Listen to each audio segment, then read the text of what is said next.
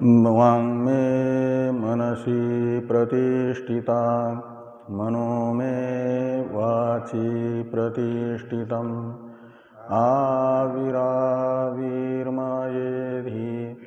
वेदस्य मानिस्थ श्रुतं मे मा प्रहसि रनेना धीतेना होरात्रां संदधामि ऋतं वदिष्यामि सत्यं वदिष्यामि तन्मामवतु तद्वक्तारमवतु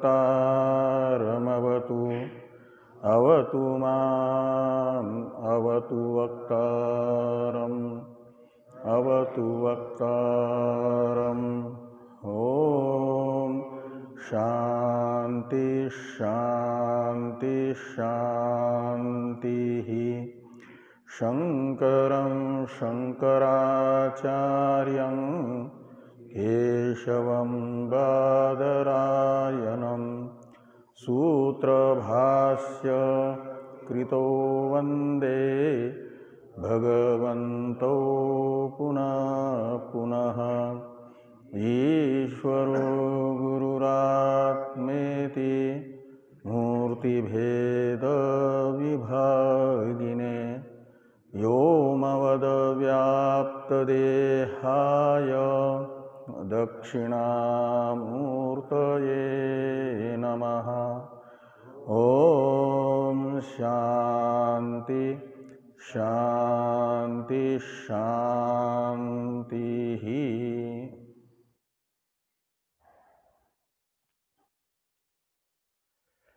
ऋग्वेदीय ऐत्रेय उपनिषद के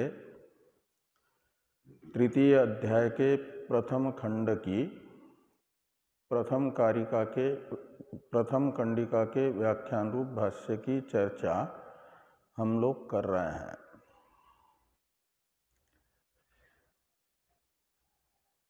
कोयम आत्मा कतरस्स इत्यादि जो प्रथम वाक्य हैं, इसका व्याख्यान रूप जो भाष्य है इस पर चर्चा हो रही है। यह प्रथम कंडिका है प्रश्नात्मिका। तो प्रश्नात्मक इस वाक्य में प्रश्न कैसे बनता है इसे स्पष्ट करते हुए भाष्यकार भगवान ने ये बताया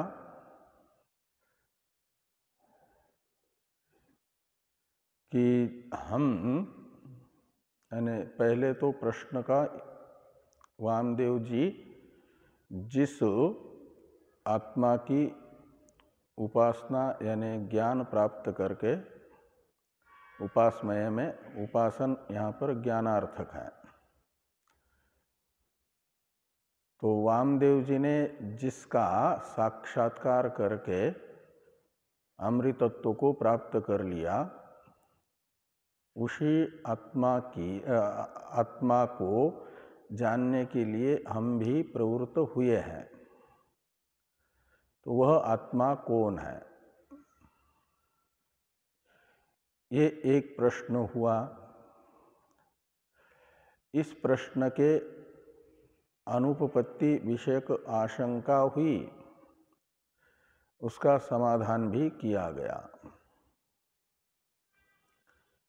ये कहा गया था कि अयम आत्मा इति ऐसा प्रत्यक्ष रूप से जिसे अहमास्पदत्वेन रूपेण जाना जा रहा है, तद विषयक संशय न होने से प्रश्न नहीं बन पाएगा कि वह कौन है। ये शंका ही अनुपपन्न है। इस प्रकार की आशंका का समाधान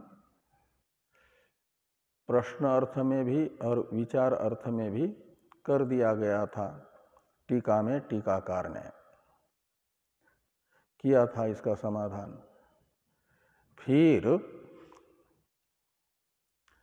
प्रकारांतर से विचार की अनुपपत्ति विषयक आशंका की गई, उसका समाधान शंका तथा समाधान रूप जो भाष्य है इसकी चर्चा हो रही है। विचार के अनुपपत्ति विषयक आशंका है। विचार क्यों अनुपपन्न है? तो इसके लिए कहा गया था कि शरीर में जो प्रविष्ट हुआ है वह प्रवेष्टृत्वेन रूपेण जो इस निश्चित है, एक तो है शरीर, वो अनात्मा है, वो प्रवेश क्रिया का कर्म है, और एक है प्रवेश क्रिया का कर्ता। तो प्रवेश क्रिया का जो कर्म है वह अनात्मा है और प्रवेष्टा आत्मा है, ऐसा प्रवेष्टृत्वेन रूपेण आत्मा का निर्धारण संभव होने से विचार अनुपपन्न है, ये शंका की गई थी। इस शंका का समाधान करने के लिए कहा गया जो प्रवेष्टा है वह आत्मा है, इस प्रकार प्रवेष्टा में आत्मत्व का निश्चय तब हो सकता है जब प्रवेष्टा एक हो। लेकिन प्रवेष्टा तो दो प्रवेष्टि विषयक स्मृति हो रही है, यानी पूर्व में इसी उपनिषद में इस शरीर में प्रवेशकर्ता के रूप में दो को बताया गया है। तम प्रपदाभ्याम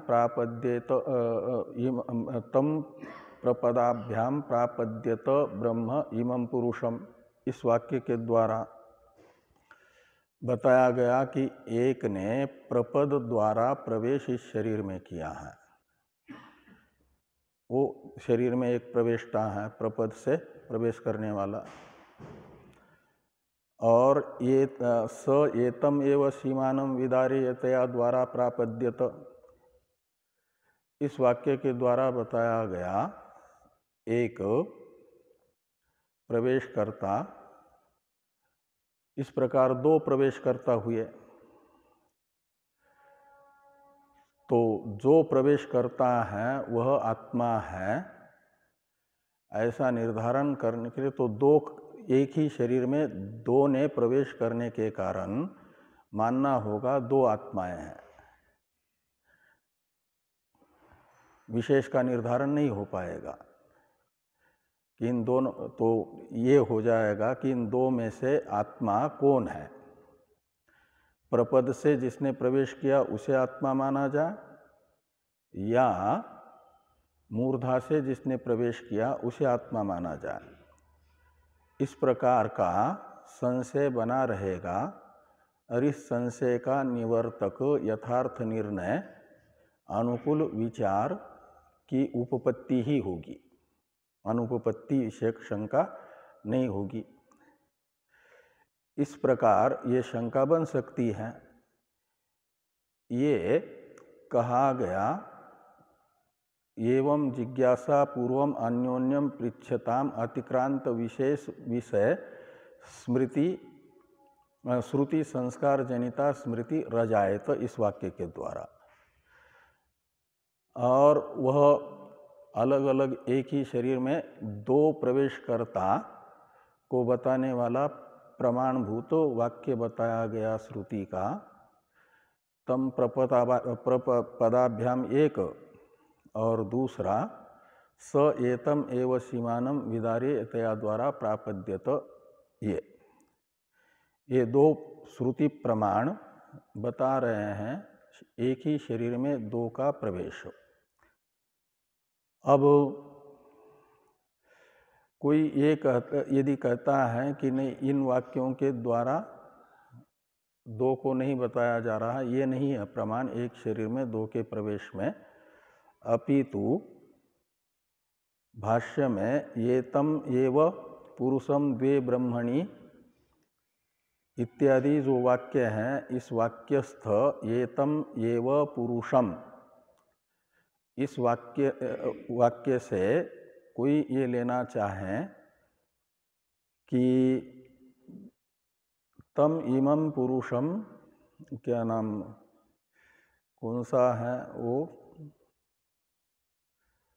एतम एव पुरुषम, इसमें वो जो प्रवेश करता दो है उसको बताने वाला अलग अलग दो श्रुति वाक्य प्रमाण के रूप से बताएंगे।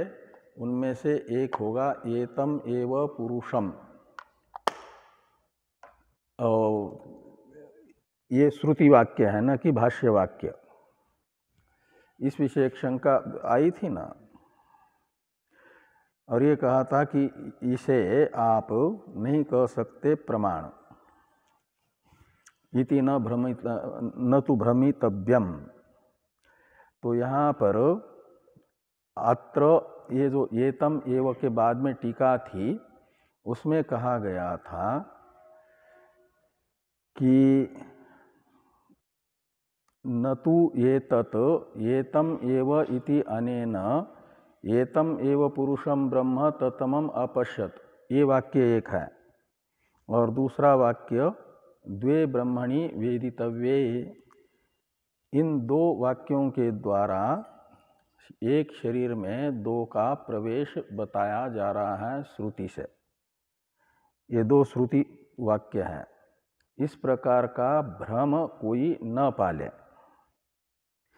क्यों?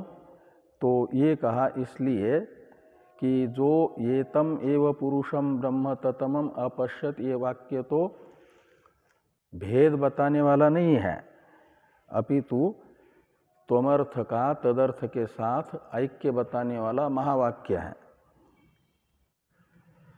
तम एतम पुरुषम शब्द से तो लिया जाता है शोधित त्वमर्थ को, और ब्रह्म ततमम अपश्यत से लिया गया शोधित तदर्थ। और समानाधिकरण प्रयोग ने बताया कि दोनों एक है। शोधित त्वमर्थ का शोधित तदर्थ के रूप में अनुभव प्राप्त कर लिया। ये तम एतम पुरुषम ब्रह्म ततमम अपश्यत का अर्थ निकलेगा। तो ये एक शरीर में अलग अलग दो के प्रवेश का ज्ञापक वाक्य नहीं है। और ये जो द्वे ब्रह्मणि वेदितव्य यह वाक्य है, इसमें भी प्रवेशकर्ता के रूप में दो ब्रह्म को नहीं बताया जा रहा है, अपितु ज्ञातव्य के रूप में दो ब्रह्म को बताया जा रहा है। और वे दो ब्रह्म हैं, एक शब्द ब्रह्म, दूसरा पर ब्रह्म। शब्द ब्रह्म है वेद, और पर ब्रह्म है वेद का तात्पर्य विषयभूत निर्विशेष आत्मा। तो इस प्रकार ये अलग अलग दो वाक्य, इन वाक्यों को आप एक शरीर में दो का प्रवेशकर्ता रूप प्रमाण है ये नहीं कह सकते। अभी तो हमने शुरू में जो बताए हैं पहले, तम प्रपदाभ्याम प्रापद्यत और एतम एव सीमानम विदार्य एतया द्वारा प्रापद्यत, यही वाक्य एक शरीर में दो के प्रवेश के ज्ञापक प्रमाण माने जाएंगे। ये चर्चा हम लोग कर चुके हैं।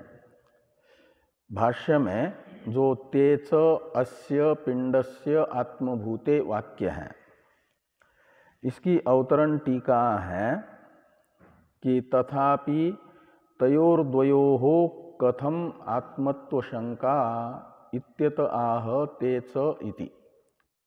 तो तथापि का अर्थ निकला, मान लेते हैं कि एक शरीर में दो के प्रवेश को बताने वाले यह इसी उपनिषद के अलग अलग दो वाक्य हैं, तम प्रपताभ्याम प्रापद्यत और सीमानं विदार्य तया द्वारा प्रापद्यत।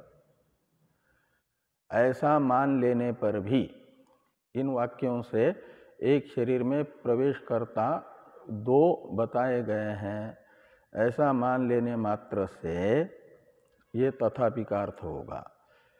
तयोर्द्वयोः कथम आत्मत्व शंका, ये दोनों भी आत्मा होंगे, ये आशंका कैसे होगी? इन दोनों में आत्मत्व की आशंका हो जाए तब तो विचार उपपन्न होगा, विचार बन जाएगा। पहले इन दोनों में आत्मत्व की आशंका होनी चाहिए, प्राण में और आत्मा में। तो इनमें आत्मत्व की आशंका का ज्ञापन करने के लिए भाष्यकार भगवान ने ये वाक्य लिखा, तेच अस्य पिंडस्य आत्मभूते, कि ते यानी प्राण तथा आत्मा जो इस शरीर में प्रवेशकर्ता के रूप में बताए गए हैं, उन दोनों को मानना, अस्य पिंडस्य यानी अस्य शरीरस्य, जिस शरीर में उन्होंने प्रवेश किया है उस शरीर के आत्मभूत है। आत्मभूत है का मतलब इन दोनों के बिना ये एक रहे और दूसरा न रहे तो शरीर का जीवित रहना असंभव है, शरीर का कोई व्यवहार भी नहीं होगा।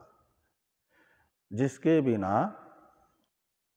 जीवित नहीं रह सकती जो वस्तु, उसे उस वस्तु की आत्मा माना जाता है। जैसे मिट्टी के बिना स्थिति हो नहीं सकती घट की, इसलिए घट की आत्मा है मिट्टी, वस्त्र की आत्मा है तंतु। ऐसे शरीर की स्थिति हो नहीं सकती, शरीर से कोई भी व्यवहार हो नहीं सकता। शरीर तो है भोगायतन, तो इसमें भोगायतनत्व तो सिद्ध नहीं हो सकता प्राण के बिना भी और आत्मा के बिना भी। दो में से एक भी न हो तो शरीर में आत्मलाभ नहीं होगा।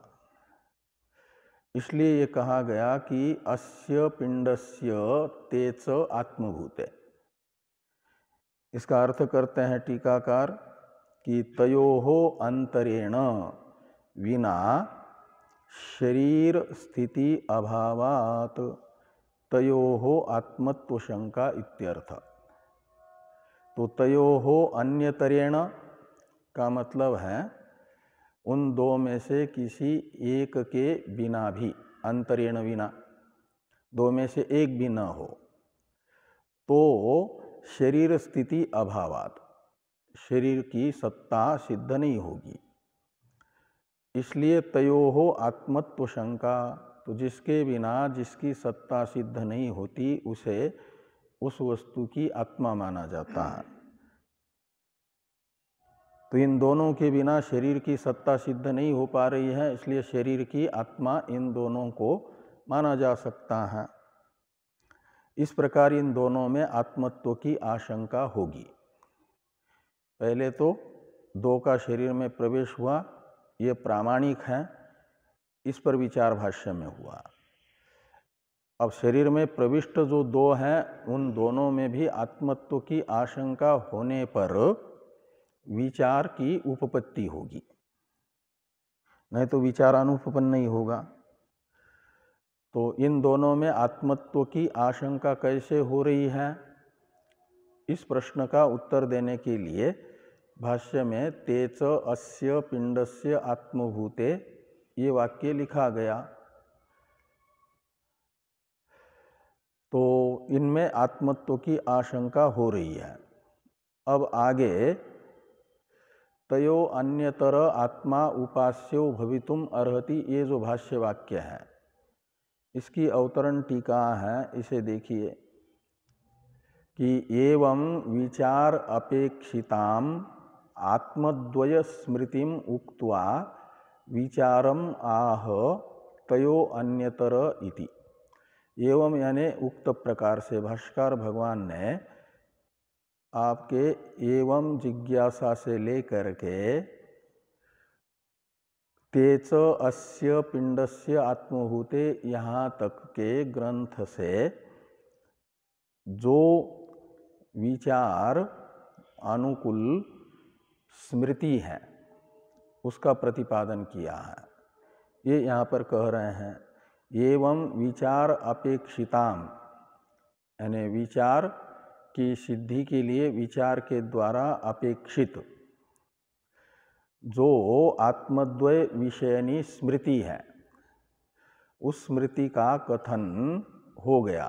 कथन करके अब विचारम आह, विचार की उपपत्ति बताने के बाद अब विचार को बताना प्रारंभ कर रहे हैं। वो विचार किस प्रकार का हो रहा है तो कहते हैं तयोहो अन्यतर आत्मा उपास्य भवितुम अर्हति। जो आत्मजिज्ञासु हैं विचार आत्म विषयक विचार करते हुए एक दूसरे से पूछ रहे हैं कि कह आत्मा। इसके लिए वो विचार का प्रकार ये हुआ कि दो प्रवेशकर्ता है, इन दो प्रवेशकर्ता को तो वस्तुतः आत्मा नहीं माना जा सकता, वास्तविक आत्मा नहीं माना जा सकता, क्योंकि आत्मा तो ऐत्रेय उपनिषद के उपक्रम में एक बताया गया है। आत्मा एक एव अग्र आसीत नान्यत किंचन मिषत। यह उपक्रम वाक्य आत्मा के एकत्व का ज्ञापक है। दो आत्माएं हो नहीं सकती, तो इसलिए कहते हैं कि तयोहो अन्यतर आत्मा उपास्यो भवितुम अर्हति। उपास्य शब्द का अर्थ है ज्ञेय। तो तयोहो यानी ये प्राण तथा आत्मा, इन दोनों में से अन्यतर यानी एक ही ज्ञेय आत्मा होगा और एक औपचारिक आत्मा होगा, गौण आत्मा होगा। एक होगा मुख्य आत्मा। मुख्य जो आत्मा होगा वो उसे माना जाएगा ज्ञेय आत्मस्वरूप। तो तयो अन्यतर आत्मा उपास्यो भवितुम अर्हति। दो में से एक ही उपास्य हो सकता है।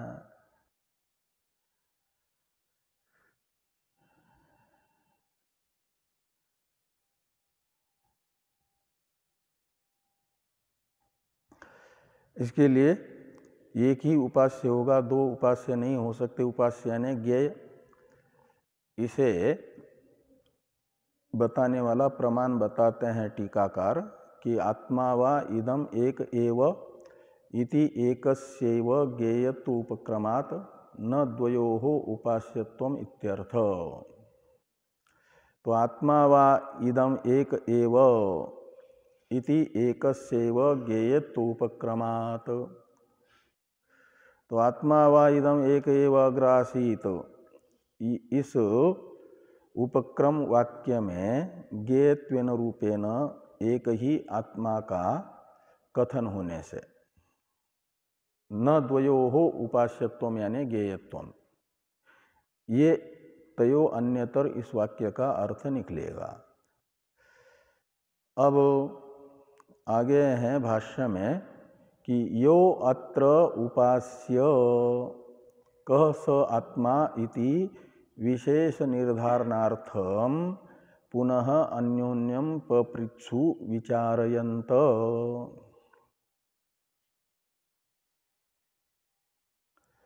तो पुनः शब्द का प्रयोग करके ये बताया जा रहा है कि पहले भी प्रकारांतर से विचार की उपपत्ति तथा प्रश्न की उपपत्ति बताई गई है। तभी तो पुनः शब्द का अर्थ प्रयोग सार्थक होगा ना। नहीं तो पहली बार यदि कहा जा रहा हो, विचार पूर्वक प्रश्न किया जा रहा हो, तब तो पुनः शब्द का प्रयोग अनुचित माना जाएगा। पुनः का अर्थ होता है दोबारा। फिर से हिंदी में फिर से का अर्थ है पहले एक बार कुछ हो चुका है, तो पहले प्रश्न तथा विचार ये विषयक चर्चा हो चुकी कि वामदेव जी ने जिस आत्मा को जाना, हम भी उसी आत्मा को जानने के लिए प्रवृत्त हुए हैं, तो वह ज्ञेय आत्मा कौन है। इस प्रकार का विचार पूर्वक प्रश्न पहले एक बार बता चुके हैं, और ये पुनः यानी फिर से प्रकारांतर से विचार पूर्वक प्रश्न की उपपत्ति बताई गई कि अत्र यो अत्र उपास्य, इसमें अत्र शब्द का अर्थ है अनयोहो। अनयो का अर्थ निकलेगा प्राण तथा आत्मा, इन दो में से जो प्रविष्ट इस शरीर में हुए हैं दो, इन दो में से यह उपास्य जो ज्ञेय होगा, स आत्मा कह, ऐसा अन्वय करिए। तो जो ज्ञेय आत्मा है इन दो में से वह कौन है, इति विशेष निर्धारणार्थम पुनः विचारयन्तः अन्योन्यम पप्रच्छु, ऐसा अन्वय करिए। तो इस प्रकार विशेष का निर्धारण करने के लिए, यानी दो में से किसी एक का ज्ञेय आत्मा के रूप में निश्चय करने के लिए विचार करते हुए प्रश्न मुमुक्षुओं ने आपस में एक दूसरे से किया। ये भाष्यवाक्य का अर्थ निकलेगा। टीका में टीकाकार कह स आत्मा, इसका अन्वय बता रहे हैं कि यह उपास्य आत्मा स कह इति अन्वयः। इन दो में से जो उपास्य आत्मा होगा यानी ज्ञेय आत्मा होगा वह कौन है, इस प्रकार का अन्वय करना। और पप्रच्छु इति इस प्रतीक के बाद में थोड़ा शेष करने के लिए कहते हैं टीकाकार पप्रच्छु के बाद में कि कतर स आत्मा इति वाक्येन इति शेषः। प्रश्न किया, तो कौन से वाक्य से प्रश्न किया, तो कतर स आत्मा, ये जो वाक्य हैं प्रथम यानी कंडिका का जो पूर्वार्ध है उसमें ये प्रश्न किया। पूर्वार्ध में भी जो अंतिम वाक्य है उसमें दो वाक्य है ना, एक तो आपका वो है यो क्या नाम, कोयम आत्मा इति वयम उपासमहे, और दूसरा वाक्य है कतरस्स आत्मा। तो कतरस्स आत्मा इस वाक्य के द्वारा फिर से यह प्रश्न हुआ, ऐसा टीकाकार कहते हैं अन्वय करना, थोड़ा ऐसे जोड़ करके। अब इस प्रकार विचार की उपपत्ति बता करके अब पुनः तेषाम विचारयताम, इससे बताया जा रहा है कि विचार के लिए शरीर में प्रविष्ट हुए जो दो हैं, प्राण तथा आत्मा, इन दोनों में भी शरीर स्थिति हेतुत्व होने के कारण आत्मत्व विषय का आशंका हुई थी। लेकिन जब विचार करते करते भी चित्त शुद्ध हो जाता है, ये नहीं कि निष्काम कर्म योग से मात्र ही चित्त शुद्ध होता है, निष्काम कर्म योग से तो होता ही है। जो स्थूल मल है वो उससे निकल जाता है, और चित्त में अशुद्धि की कई एक परतें होती हैं, एक ही प्रकार की अशुद्धि होती है ऐसा नहीं। उसमें जो स्थूल राग द्वेष है निष्काम कर्म योग से चले जाएंगे, उतने से नित्य अनित्य वस्तु विवेक होगा। और जो राग द्वेष निकल गए हैं तद विषयक उन राग द्वेष के विषय में वैराग्य भी आएगा,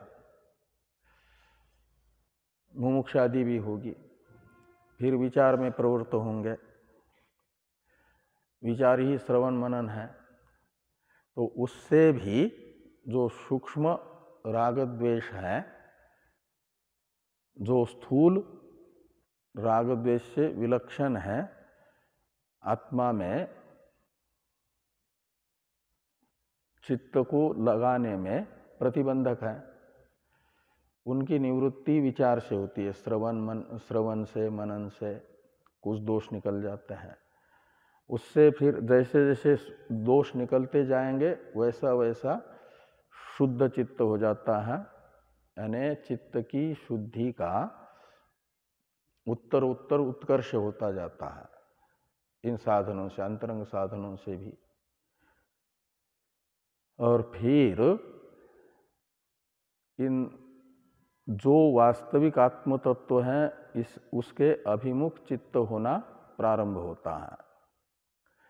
तो निश्चित है पहले शुरू में तो प्राण तथा आत्मा इन दोनों का शरीर में प्रवेश होने के कारण तथा शरीर की स्थिति भी दोनों के कारण ही होती है, दोनों में से एक के बिना भी नहीं होती, उस कारण आत्मत्व की शंका हुई।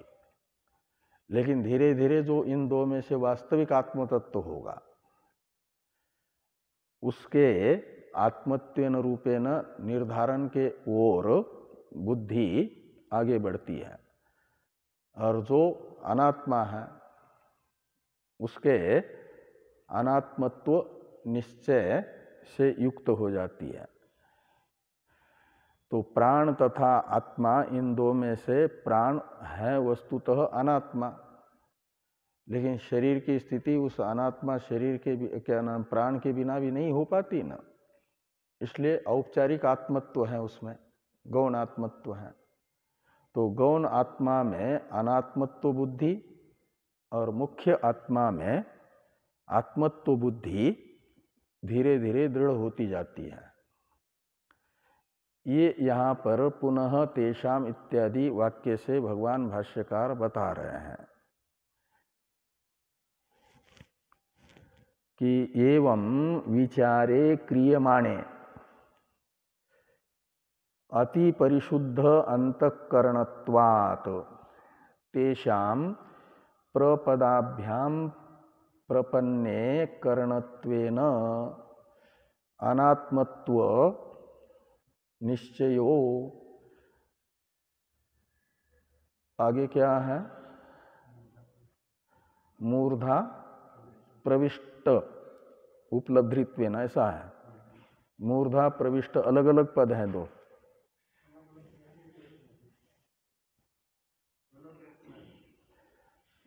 तो यदि अलग है तो मूर्धा ये प्रथमांत न होकर के मूर्धना ये होना चाहिए। मूर्धन शब्द है ना, उससे टा होकर के और उसका लोप होकर के आपके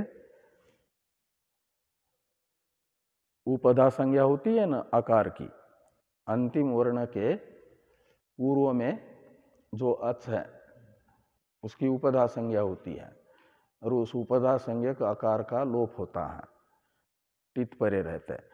तो टा प्रत्यय टित है ना, तो मूर्धन शब्द है उसमें ध में जो आकार है उपधा संज्ञक, उसका लोप होने के बाद तीन संयुक्त हल वर्ण रहेंगे, रेफ, धकार, नकार, और वो टा के आकार में मिलकर के मूर्धना, ऐसा तृतीया का एक वचन होगा। जैसे वहाँ प्रपदाभ्याम तृतीया है ना, तृतीया द्विवचन है, ऐसे मूर्धना ये लेना होगा।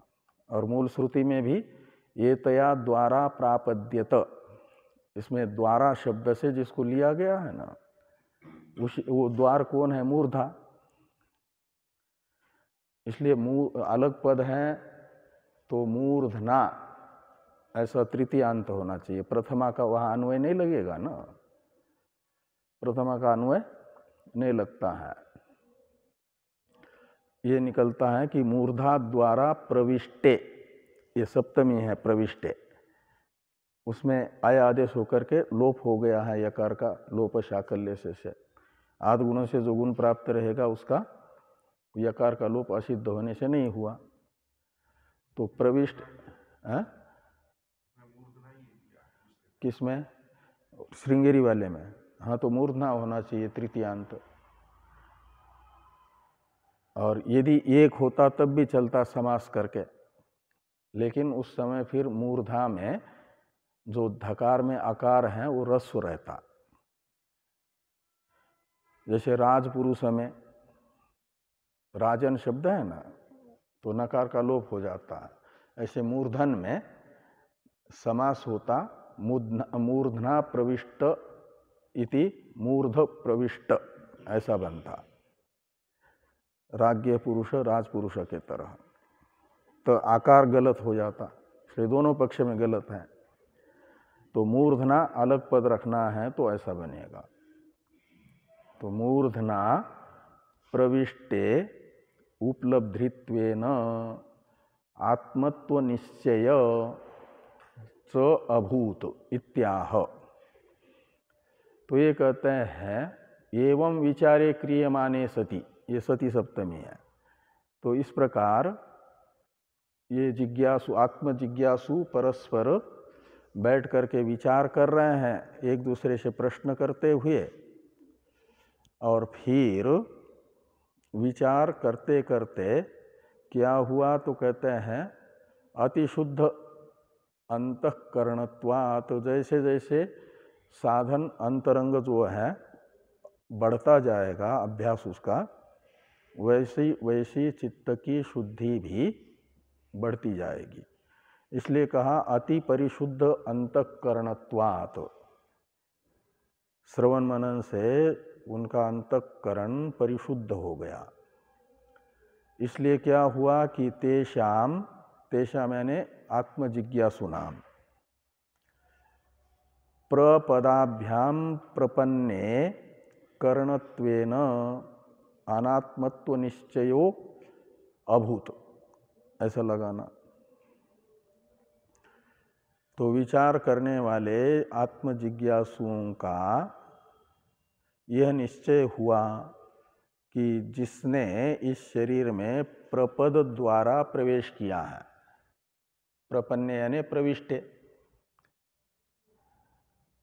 प्रपन्न में पद धातु से कर्तार्थ में निष्ठा प्रत्यय होकर के प्रपन्न बना, और वहाँ प्रविष्ट में धातु मात्र बदल गया है, उपसर्ग और प्रत्यय वही है, विष धातु है वहाँ पर, यहाँ पद धातु है, तो इसलिए प्रपन्ने का अर्थ निकलेगा प्रविष्टे। तो प्रपद द्वारा प्रविष्ट हुआ कहाँ पर, शरीर में, ऊपर से जोड़ देना शरीरम प्रपन्ने, अध्यार कर लेना प्रपदाभ्याम और प्रपन्न के बीच में शरीरम। तो प्रपदाभ्याम शरीरम प्रपन्ने, ऐसा।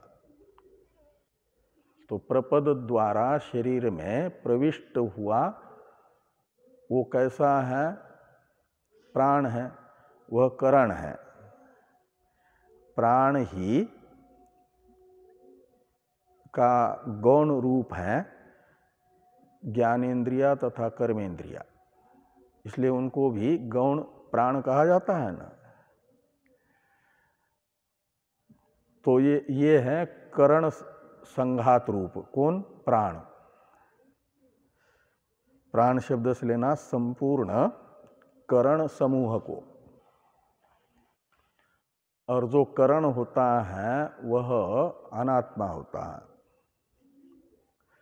इसलिए कहते हैं कि प्रपदाभ्याम प्रपन्ने, वो है प्राण, उसमें करणत्वेन अनात्मत्व निश्चयो अभूत। तो प्राण में अनात्मत्व का निश्चय हुआ। पहले क्यों नहीं हुआ, तो पहले चित्त जो है अशुद्ध था, जैसे श्रवण आदि के द्वारा परिष्कृत हुआ तो प्राण में अनात्मत्व का निश्चय हुआ। भले ही शरीर में प्रविष्ट है लेकिन वो करण रूप से प्रविष्ट होने से वह अनात्मा है। और मूर्धा के द्वारा जो प्रविष्ट हुआ है वह किस रूप से प्रविष्ट हुआ है? उपलब्धा के रूप में। उसका उपलब्धित्वेन रूपेण निश्चय हो जाएगा। तो उपलब्धित्वेन आत्मत्व निश्चय अभूत, वो उसका उसमें उपलब्धित्व होने के कारण वही आत्मा है और प्राण अनात्मा है, ऐसा एक विशेष निश्चय हुआ इन दोनों में भी। पहले तो दोनों में आत्मत्व की शंका हुई, फिर विचार करके इन दो में से एक ज्ञेय आत्मा कौन होगा इसका निर्धारण करने के लिए विचार करने के लिए बैठे तो प्राण अनात्मा है और ज्ञेय आत्मा जो मूर्धा के द्वारा प्रविष्ट हुआ है वो है, ऐसा निश्चय होगा उनका। एक में अनात्मत्व का निश्चय, एक में आत्मत्व का निश्चय। इसे कहा जा रहा है पुनः तेषाम विचारयताम विशेष विचारणास्पद विषया मति ही अभूत, इस वाक्य से। तो पुनः तेषाम विचारयताम मतलब उन ब्रह्म जिज्ञासुओं में विचार करते करते चित्त परिष्कृत होने से विशेष विचारणास्पद विषया मति अभूत। तो विशेष शब्द से लेना अलग अलग ये जो दो आत्मा है, प्राण और आत्मा उपलब्धा, इनके भेद, इनमें भेद निश्चय हुआ। एक का अनात्मत्वेन रूपेण निश्चय और एक का आत्मत्वेन रूपेण निश्चय। तो ये है विशेष विचारणास्पद शब्द से ग्राह्य तो प्राण तथा आत्मा ये दोनों, और इन दोनों ये दो हैं विषय जिस मति के, उस मति को कहा जाएगा मति यानी निश्चय, उसे कहा जाएगा विशेष विचारणास्पद विषया मति यानी निश्चय। भाष्य में मति शब्द निश्चय अर्थ में है। तो उनमें से प्राण विषयक निश्चय होगा अनात्मत्वेन रूपेण, और उपलब्धा के रूप में निश्चय हुआ आत्मा का, इसलिए उसका आत्मत्वेन रूपेण निश्चय हुआ। ऐसा ये जो टीका में विवरण आया हुआ है ना अवतरण में, वो ऐसा, वो विशेष शब्द का अर्थ वो समझना। इस टीका में टीकाकार विशेष विचारणास्पद विषया, ये जो मति का विशेषण है ना, इस विशेषण की व्याख्या करते हैं।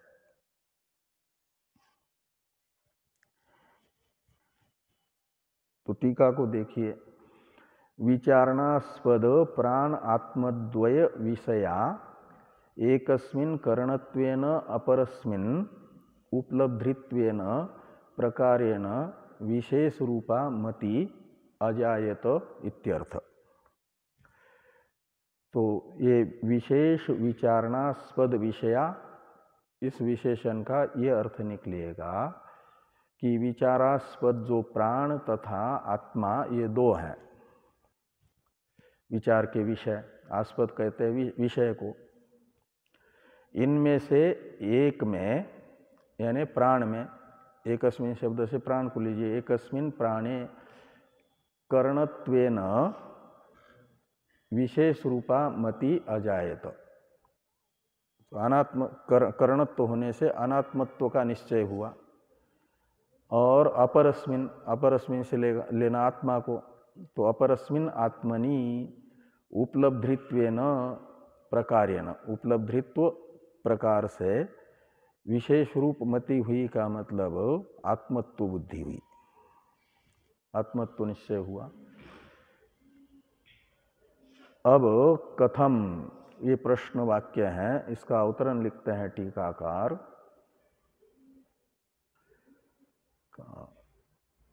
हाँ, ननु द्वयोः सत्वे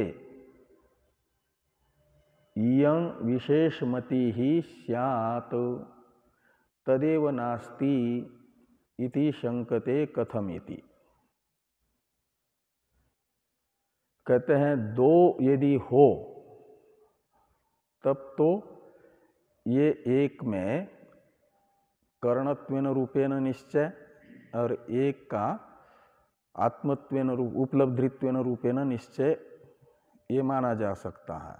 ये तब हो सकता है जब दो वस्तु हो, लेकिन वो दो वस्तु ही नहीं है। तो ये कहते हैं द्वयो सत्वे इयं विशेषमति स्यात्। तो यदि दो पदार्थ हो तब तो विशेष विषयक मति हो सकती है, करणत्व रूप तथा आत्मत्व रूप, किंतु तदेव नास्ति यानी द्वयम एव नास्ति। तो करण तथा आत्मा ये दोनों अलग अलग है ही नहीं। इति शंकते, इस प्रकार की आशंका कथम इस पद से की गई। और इस कथम इतना ही शंका वाक्य है। अब द्वे वस्तुनि अस्मिन् पिंडे उपलभ्येते, इसका अवतरण है टीका में। ये उत्तर वाक्य है कि चक्षुषा पश्यामि इत्यादि प्रकारेण द्वयोः प्रतीतेर नैवम इत्याह द्वे इति। तो चक्षुषा पश्यामि इत्यादि प्रकारेण में आदि शब्द से लीजिए श्रोत्रेण शृणोमि, घ्राणेन आजिघ्राणि, ये सब। तो ये इन प्रकार से क्या हो जाता है कि द्वयोः प्रतीते, एक तो तृतीयांत जो चक्षुरादि है उनमें तृतीया कर्णत्व बताएगी। तो चक्षुरादि का और चक्षुरादि ये प्राण के ही रूपांतर है, इसलिए चक्षुरादि में का मतलब हो जाएगा करण समूह रूप प्राण में तृतीया कर्णत्व बता रही है। तो प्राण का कर्णत्वेन रूपेण निश्चय हो जाएगा। और पश्यामि में उत्तम पुरुष होने से जो आत्मा है उपलब्धा, अहम अर्थ उपलब्धा हो जाएगा ना, वो पश्यामि का कर्ता हो जाएगा अहम, अस्मत् पदार्थ उत्तम पुरुष का प्रयोग होने से, और वो अस्मत् पदार्थ हो जाएगा आत्मा उपलब्धा। तो इस प्रकार करणत्वेन रूपेण करण समूह रूप प्राण की प्रतीति और प्राण और उपलब्धित्वेन रूपेण आत्मा, ऐसी यह करण एवं उपलब्धा रूप दो वस्तुएं यहाँ पर प्रतीत हो रही है। द्वयोः प्रतीते, इसलिए नैवम यानी दो वस्तु है नहीं, ये नहीं कह सकते, नैवम का अर्थ निकलेगा। इस अभिप्राय से भाष्यकार भगवान ने यह वाक्य लिखा कि द्वे वस्तुनि अस्मिन् पिंडे उपलभ्येते। पिंड ये सप्तमी था, आया आदेश होकर के यकार का लोप हुआ है, तो इसलिए पिंडे, अस्मिन् पिंडे यानी अस्मिन् शरीरे, उपलभ्येते ये द्विवचन है ना, उपलभ्यते उपलभ्येते।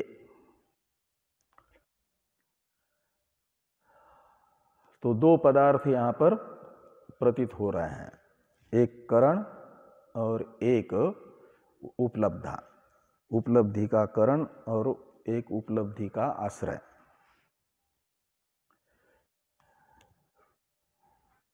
अब अनेक इत्यादि का अवतरण है टीका में, येन उपलभते यश्च उपलभते ते द्वे उपलब्धिकर्तृकरणे वस्तुनि उपलभ्येते इति अन्वयः। ये पहले अन्वय बताया द्वे वस्तुनि उपलभ्य अस्मिन् पिंडे का। तो अन्वय को देखिए, ये न उपलभते और यश्च उपलभते, ते द्वे उपलब्धि कर्तृकरणे वस्तुनि उपलभ्येते, ऐसा अन्वय इस वाक्य का समझना। उपलभ्यते यहाँ तक, इसमें पूर्ण विराम है क्या? श्रृंगेरी वाली पुस्तक में उपलभ्येते यहाँ पर पूर्ण विराम है। भाष्य में द्वे वस्तुनि अस्मिन् पिंडे उपलभ्येते, यहाँ पूर्ण विराम नहीं है क्या? हाँ, तो यह कैलाश वाली में नहीं है, होना चाहिए। उपलभ्येते यहाँ तक एक अलग वाक्य है। द्वे वस्तुनि अस्मिन् पिंडे उपलभ्येते, और अनेक भेद भिन्नेन ये दूसरा वाक्य है, उसका अवतरण भी अलग लिखा है टीकाकार ने। और अभी ये जो अन्वय लिखा है द्वे इति इस प्रतीक के बाद में, वो इस वाक्य का अन्वय लिखा है द्वे वस्तुनि का। तो ये कह रहे हैं कि जिस ये न, यानी ये न करने न, तो जिससे उपलब्ध हो रहा है वो तो करण माना जाएगा। और यश्च उपलभते, और जो उपलब्ध हो रहा है, यानी जो उपलब्ध कर रहा है, यश्च उपलभते यानी जो उपलब्धि का आश्रय है। और ये न उपलभते से लिया गया उपलब्धि का करण, तो उपलब्धि करण तथा उपलब्धि आश्रय, ते द्वे उपलब्धि कर्तृकरणे, उपलब्धि कर्ता यानी उपलब्धि का आश्रय, और उपलब्धि का करण, उपलब्धि शब्द का अन्वय कर्ता और करण दोनों के साथ करना। कर्ता और करण में द्वंद्व समास होकर के फिर उपलब्धि के साथ षष्ठी तत्पुरुष समास हुआ है। उपलब्धि का जो कर्ता और उपलब्धि का जो करण, ऐसा। ऐसे वस्तुनि उपलभ्येते, तो दो वस्तु यहाँ पर उपलब्ध होती है। इति अन्वय, ये अन्वय होगा। तत्र किम करणम, ये अनेक इत्यादि का अवतरण है। यानी दो वस्तु हैं, कथम शब्द से पूछा गया, दो वस्तु होने पर तो ये विशेष निर्धारण होगा, एक में अनात्मत्व का, एक में आत्मत्व का। उपलब्धा में आत्मत्व का निर्धारण और करण में अनात्मत्व का निर्धारण।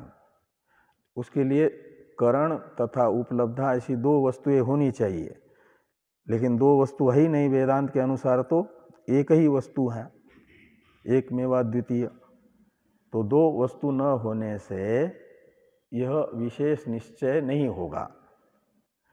ये जो आशंका कथम शब्द से की गई थी, इसका उत्तर दिया द्वे वस्तुनि अस्मिन् पिंडे उपलभ्येते। इसे व्यावहारिक सत्ता वाला एक गौण आत्मा, जो उसको करण कहा जाएगा, प्राण, वो इस शरीर में उपलब्ध हो रहा है। व्यावहारिक प्रमा हो रही है, व्यावहारिक सत्ता वाली, अनुमान प्रमाण से। और एक उपलब्धि के आश्रय के रूप में प्रतीत हो रहा है।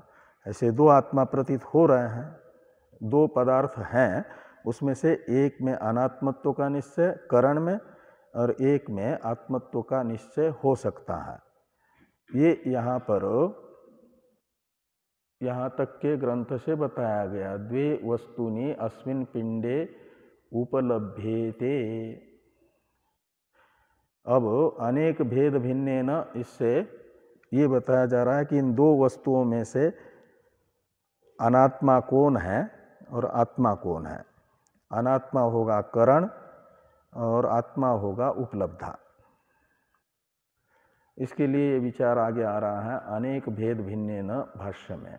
इसकी चर्चा हम लोग करते हैं कल।